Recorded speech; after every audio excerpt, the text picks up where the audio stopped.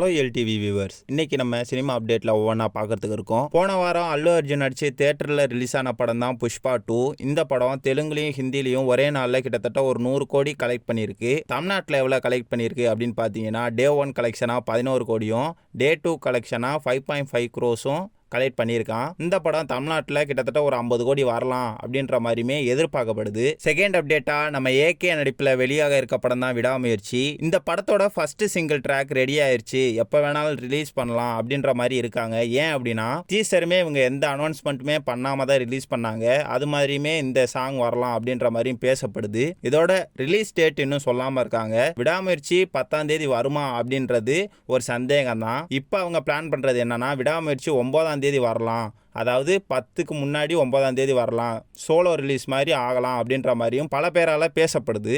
மூணாவது அப்டேட்டா இந்த மாதம் 20ஆம் தேதி ரிலீஸ் ஆக இருக்க படம் தான் விடுதலை பார்ட் 2. இந்த படத்துக்கு விடுதலை பார்ட் 3யும் இருக்கு அப்படின்ற மாதிரி நம்ம ஏற்கனவே சொல்லியிருப்போம். இந்த ப்ராஜெக்டை முடிச்சதுக்கப்புறம் அடுத்ததா வெற்றிமாறன் வாடிவாசல் ப்ராஜெக்ட் தான் ஸ்டார்ட் பண்ண போறாரு அப்படின்றத கன்ஃபார்ம் பண்ணியிருக்காங்க.